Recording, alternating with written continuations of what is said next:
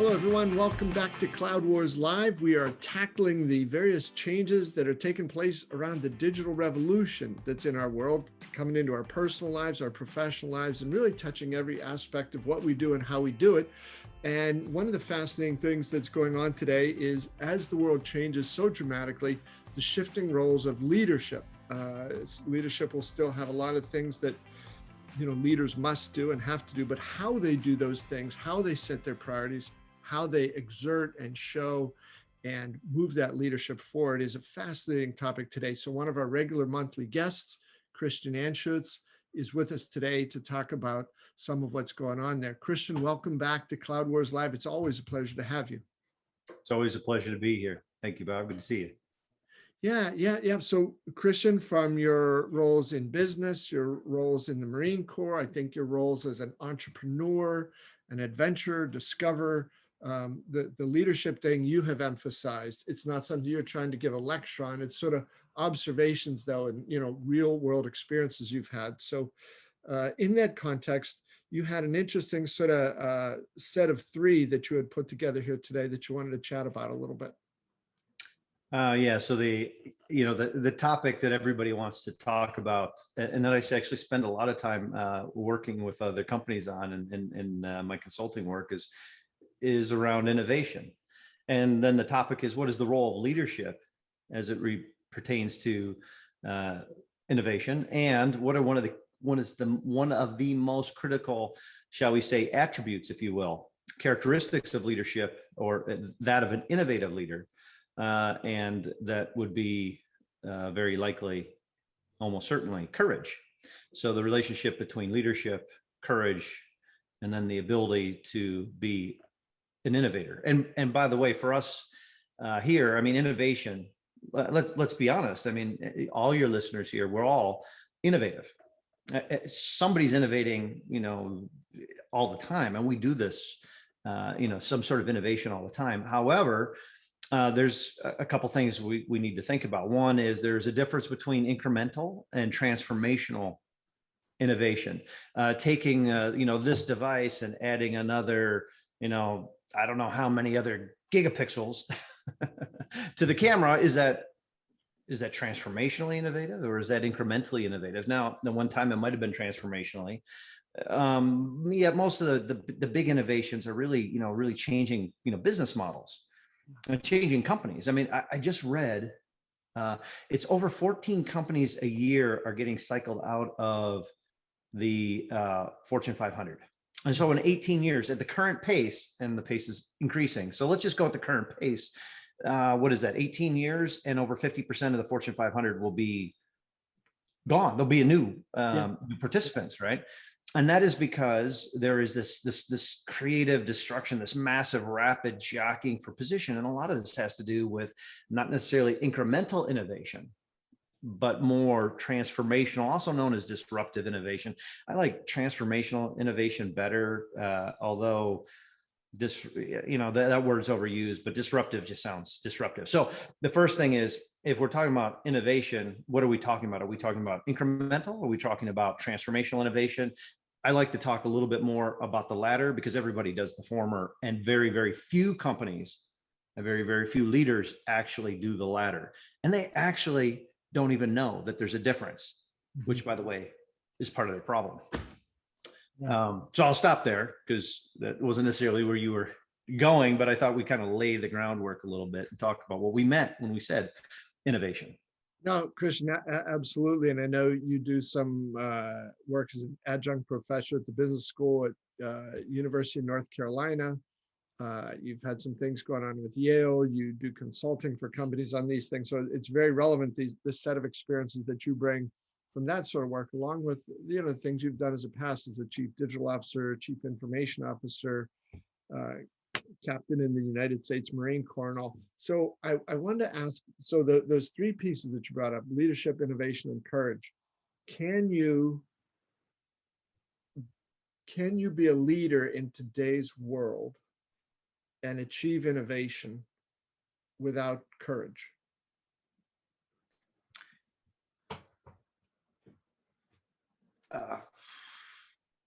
My short answer is, if I have to give just a yes or no, the answer is no. You must have courage. There's a great quote out there, and it's not one of those quotes that I have memorized well, so I'm going to do it in justice. But Jeff Bezos has, and he has a bunch of them, but one of my favorite is, he says something to the extent of, you cannot be afraid of being misunderstood. Mhm. And that actually, I mean, we live in a society right now that is permeated with fear. I mean, I worked in advertising. I know the business models of advertising and media. And it's all about, eyeballs. And, there are something that get eyeballs more than other things, right? And so we live in this era of fear. All right. And then we even have labels for it. We got FOMO, this one of my favorite ones, the fear of missing out. And there's all sorts of categories: fear of being left behind, fear of being out of the know. There's all fear of fear of fear of fear of. In fact, kind of a newsflash, everyone thinks that sex sells, right? And maybe it does. Well, certainly it does. Okay. Yeah, but there's something that sells better than that, and that's actually fear. And that's why it's in so much of the messaging, even in the ads where it's you're having a Cavassier at the bar, right? And it's you think it's selling sex, it's actually might be the fear of not being able to have sex with the whatever partner that you're trying to cozy up to at the bar with the Cavassier. But there's fear elements across the board. And so the whole idea then that innovators are taking paths not necessarily just less traveled, but perhaps never traveled. Yeah.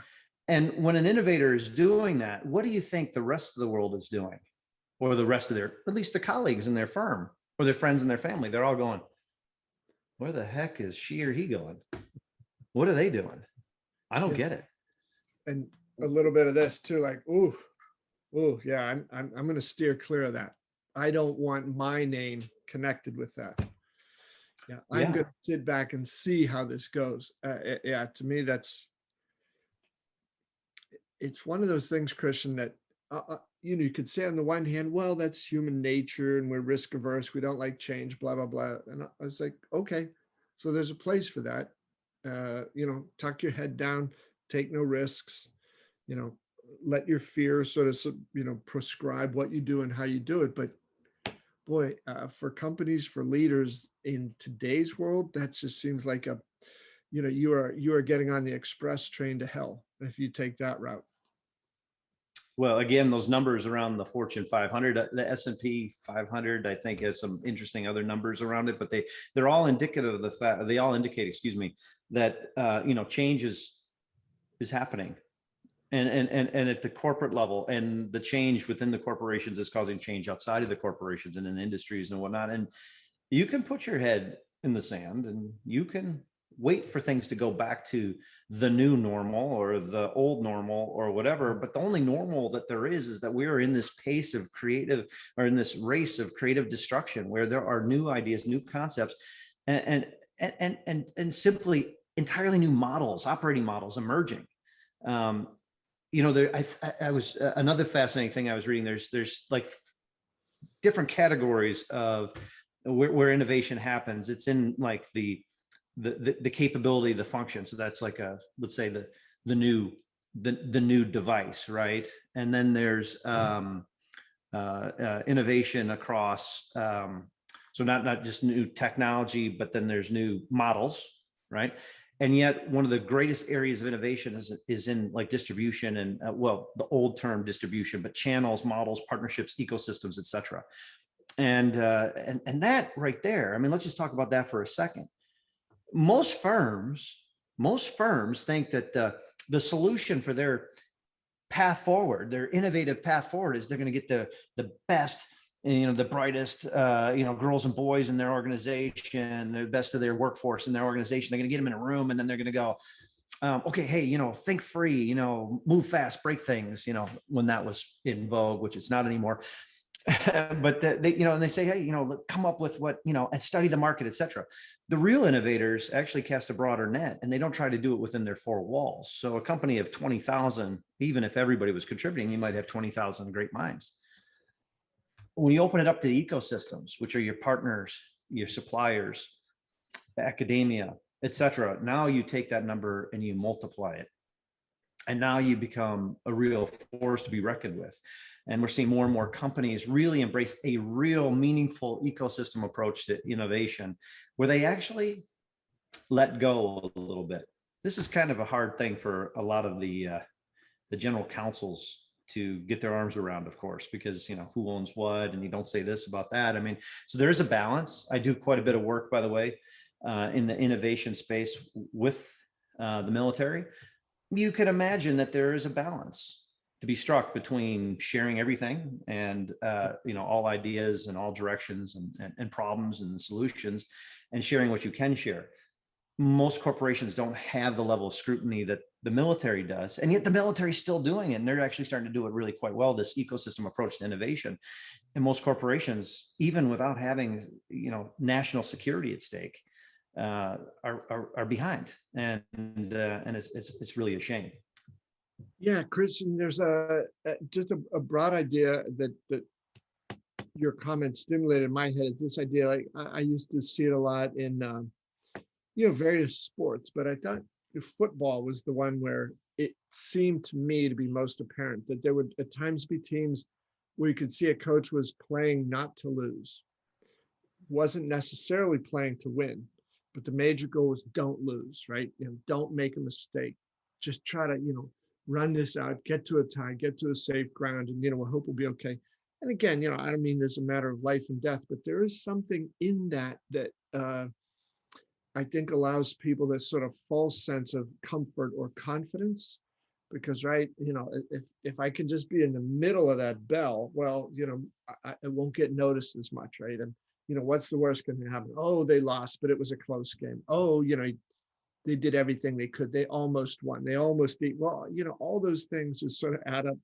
You know, Safra Katz at Oracle always used to say, yeah, you're the second place is the first loser.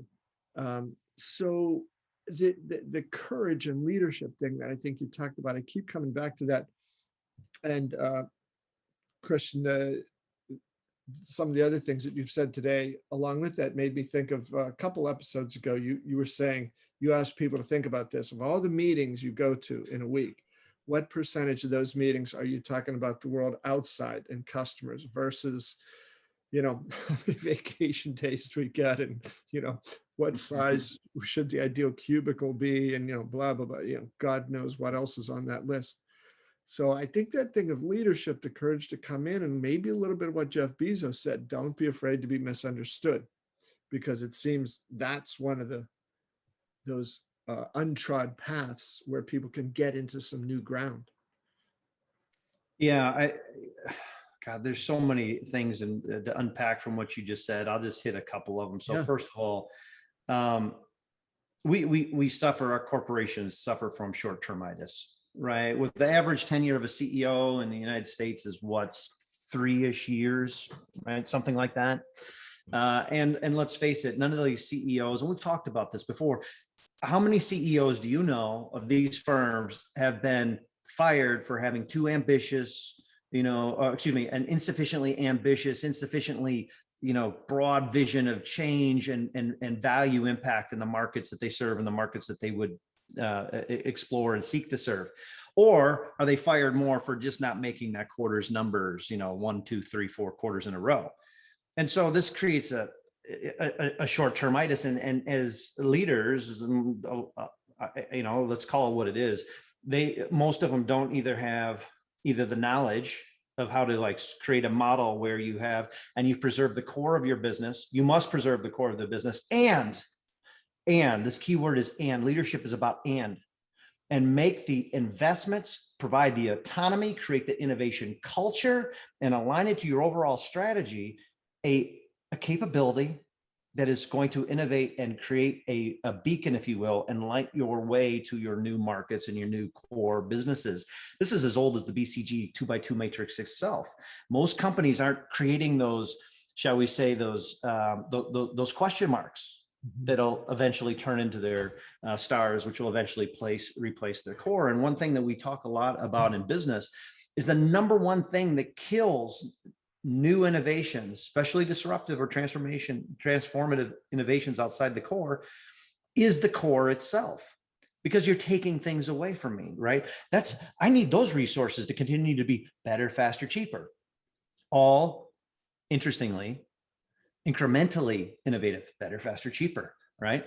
And so you have to get to the point now of courage, you have to, as an executive leader, have the courage to say, we will do both. We will absolutely do both. And you have to have the courage to, and I'm using an old adage, you have to feed the dogs that hunt. You have to find those hunters that you're going to put in this capability, right? That is going to have a certain amount of operational freedom, that's going to have a certain amount of long-term commitment, that's going to frame perhaps an entirely different culture than the core culture you have, right? And find those next markets to serve. And you have to have the courage to back them. You have to have the courage, and this is going to sound weird, Bob, you have to have the courage to find the people you can trust to do that. Because trust often comes with courage, especially for some people more than others. And so there, again, I don't know how any organization is transformatively innovative without good, strong, decisive leadership that is backed by a courageous leader.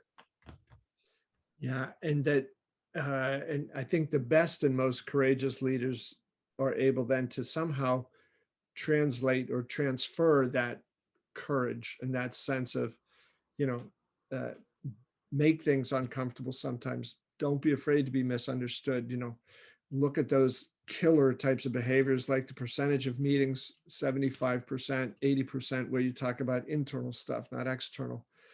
And radiate that type of culture throughout the organization. Very, very hard to do, but it seems to me it's one of those things that is very different from how companies were 5 or 10 or 20 years ago to today, where, right, it was efficiency and mastering things inside the organization, and now it is, how do you get to be really well wired into the outside world and translate then back into your company incredibly fast what's going on out there. And then, like you said, keep the core thing moving along, but also start to build the new that is going to adapt to these crazy, hyper fast changes going on in the world outside of us. And that thing that, too many CEOs say sometimes, like, well, we evaluated that, but that's not the business we're in. That's not what we do. That's outside of our area, blah, blah, blah, blah, blah. It's kind of nuts. And Christian, if I could, one thing that, I put a couple pieces up today, a little video and an article, is about SAP, another example. And I've been calling them, a couple times through these past 6 months, the new SAP. They gave their customers for years the tools to do new things, but the company itself was sort of caught a little bit in its past and was tried so hard to preserve and protect that core that it wasn't able to move into the future as rapidly and courageously, and I think unconditionally, as it needed. And they've started doing that over the last few months, right? They now call it, modular ERP, pick and choose the pieces you want, right? We know you don't want, an all you can eat in 2 hours sort of meal here. And the other thing that's happened now is with their partners. It's now they look at the whole partner ecosystem. Some of what you had talked about before with SAP used to just be a fulfillment channel. And now they said fulfillment it's not unimportant, but it's really not the thing now in the cloud. It's about IP, it's about innovation, it's about breakthrough new stuff. And they've got a number of customers now who have created their own IP that then they want to sell to other companies, and they enlist SAP's help in some way to do that. So customers become partners, and partners become customers, and it's just an entirely different way of looking at things. That's one of the reasons I think the tech business is so fascinating, because you see these things coming, and the nimble, smart, courageous companies are going to get that, and the ones that try to preserve the past to a degree that just tries to deny the future are the ones that are going to get stomped on. Denying the future. So let's just talk, for example, about, I don't know, automobile manufacturers. I mean, for crying out loud. I mean, the writing has been on the wall for so long, right? And yet, I mean, if I make a combustion automobile, you've got to understand that going to an electric car isn't a threat just to my business model. It threatens my entire supply chain. And so now, as an automobile manufacturer, it's not just me, it's not just my unions, it's my tier 1, my tier 2, my tier. and I can't do that. So I'm going to do something kind of in between. I'm going to create a hybrid. And that's, you're going to kind of stink at both things, right? But being electric, because I mean, let's face it, I just built a house, Bob. How much do you think I used a Swiss Army knife to build my house? Not at all. If I need a hammer, I got a specialty tool for that hammer, and your car's the same darn way, right? And so, and then you look at Tesla. Tesla comes in, and just think about the news. I mean, this is all related. I run the risk of sounding random, but hopefully this one can follow this. I mean, they're calling out Elon Musk for, why did you buy Solar City? And then he comes out and he goes, this business was never about building cars. Holy cow. The only people that didn't understand that, those were the automobile manufacturers that didn't understand it. Everybody else knew that the fundamental reason why that company sprang into existence, and which also feeds to SpaceX, is that his why and the innovation force that propelled that why forward was targeting something entirely different than just cars as we know it. Now, by the way, it's very good for the automobile manufacturers to follow in his stead, which is why he made all that IP available for free. Holy cow. He's actually helping others to create the very ecosystems that could propel him forward, propel others forward, all in the pursuit of his overarching goal. I mean, you want to talk about not everybody needs to like Elon Musk. This shouldn't be about personal judgments. It should be about looking at what people are trying to do and learning from what you can learn from, both the good and the bad. And Tesla has done some amazing, absolutely amazing things. They have shifted how people think about the future of transportation, and as it pertains to, well, automobiles and even to some extent space travel. Mm-hmm. Boy, talk about, courage. Talk about taking a path not least traveled, but never traveled. I mean, by the way, and just the last thing, when was the last time a privately held organization disrupted the defense industry? Mm-hmm. Mm-hmm. I mean, the understanding what Tesla and SpaceX have done is actually it's astounding, and I think more people need to take a serious look at it and learn from it. Don't buy the cars if you don't want the cars. That's not the point. But just really kind of think about some of the tools, the techniques, and the broad vision, and then the execution engine that didn't align perfectly behind it, but then has really propelled that company forward. And then let's ask ourselves, were they trying to be incrementally innovative, or were they hugely transformationally innovative? And I think it's very, very clear, patently obvious, if you will, to the casual observer, Elon Musk is a transformational innovator. Yeah. Kristen, I think about this thing, the Empire State Building. I think it's coming up on its 100th anniversary, and it was built in 11 months. I don't think they had, anything remotely like the tools that are capable today. But somebody said, we can do this. Here's a way to make this happen. And I'll imagine that there were, 20 to 1 that people said, this is crazy, this is nuts, it'll never happen, it'll never work. So Musk coming out and anyway, the Empire State Building then triggered, extraordinary changes in not just the look of Manhattan, but what people felt was possible with buildings, what could be done, how it could be done, where it could be done, things from design and what an office space should look like, and so on. So the implications were enormous. But I think whoever it was who designed that building and said we can do this in less than a year, I think they came in several months early and well under budget. It's that sort of thing. And coming back to your triangle there of leadership, innovation, and courage. Courage not to change just what's going on inside, but outside your company, the reward systems, the organizational structures. And I think that's one of the things that's going on now, right? Is business transformations happen, and companies then use technology to help enable that business transformation, becoming digital organizations, but then they carry forward sort of either last decade, in some cases, last century organizational structure, because they think, there's only so much change people could take. And, I don't want to just, ruffle too many feathers inside the organization. so-and-so has earned his or her spot, and I don't want to take that away.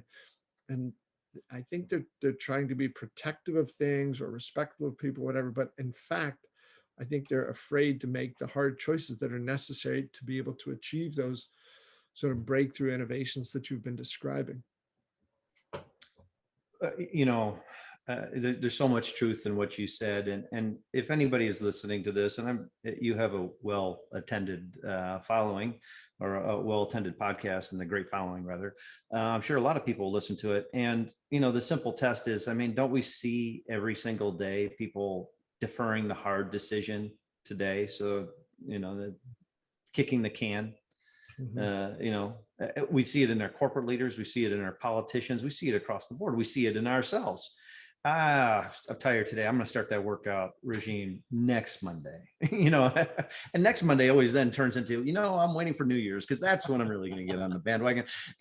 So I mean, these hard decisions, that's what separates the great from the good, though.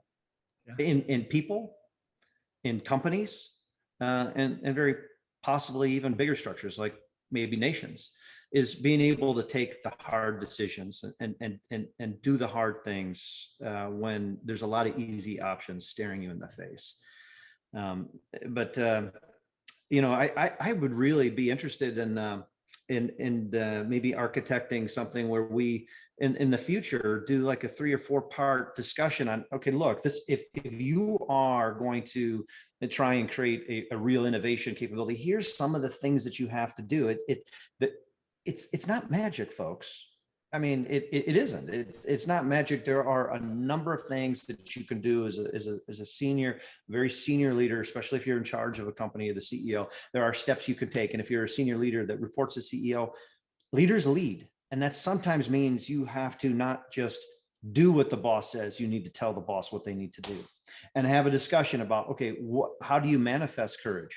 How do you think about leadership? How do you create the what we call the 4 freedoms necessary within an organization that allows for an innovation capability to really thrive, grow, and affect the future of your business?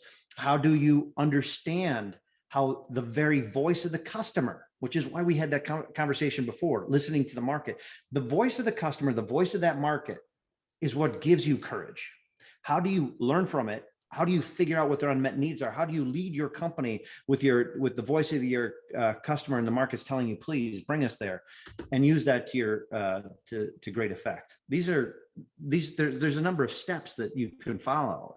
Again, it's not magic, it's not rocket science, yet it is very, very hard. And maybe just maybe we could have a conversation over what are those elements, and in like a mini series or something like that. Yeah. And I don't know if ask to the listeners, if this sounds interesting to you, just make a comment.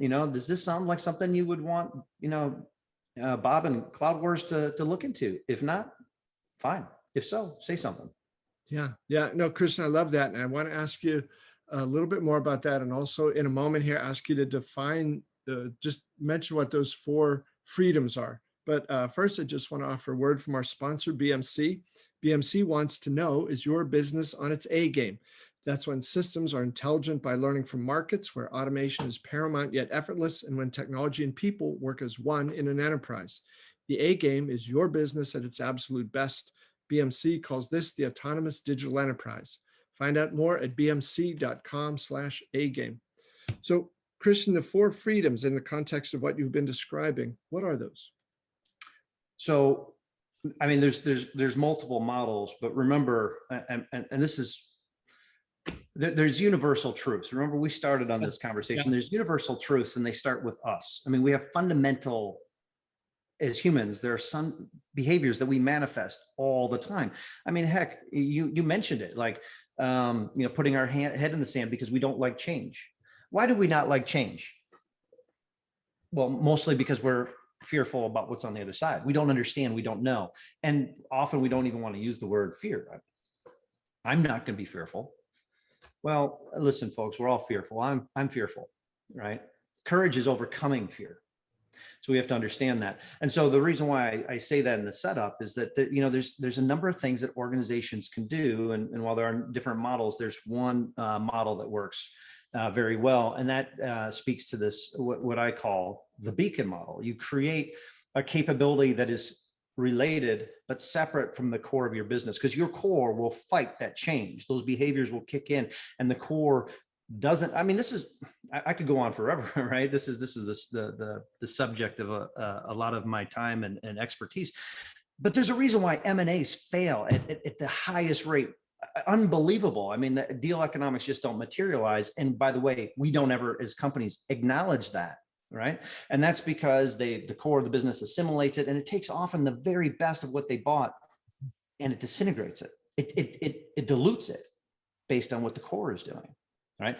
So you have to have a separateness, and that separateness is you create a capability. It could be a structure, it could be a team, it could be an entirely different company, it could be a partnership, a joint venture, whatever, but it has elements of what we call the four freedoms. And that is, now to answer the question, that is, it has a very tight strategic alignment to the future of the business. So its strategy alignment is one aspect of the freedom. So by the way, two processes that separate the great companies from everyone else is strategy and governance. Now, the reason why the average is so average and so big is because most companies stink at strategy and governance. So this first thing, you think it's easy, it's not. It only gets more difficult. You have to provide a long-term commitment. You're not going to bring a bunch of courageous innovators in and say, oh, we're just going to try it for 6 months. That doesn't work. Those courageous innovators, they have to be able to frame and form their own culture. And so culture is number 3. And then collectively, there has to be a certain amount of operational freedom where you allow that group to explore the market, utilizing, of course, the core capabilities to the greatest extent possible, because the farther you get away from the core, the more likely you're going to fail, right? So you want commonality and competition, customers, costs, et cetera, but you still got to look at your markets differently. And you needed some operational freedom to be able to engage customers, look at entirely new customers and segments. So explore markets, explore parts of the markets, explore the segments, explore the attributes now that those customers in those segments need and want.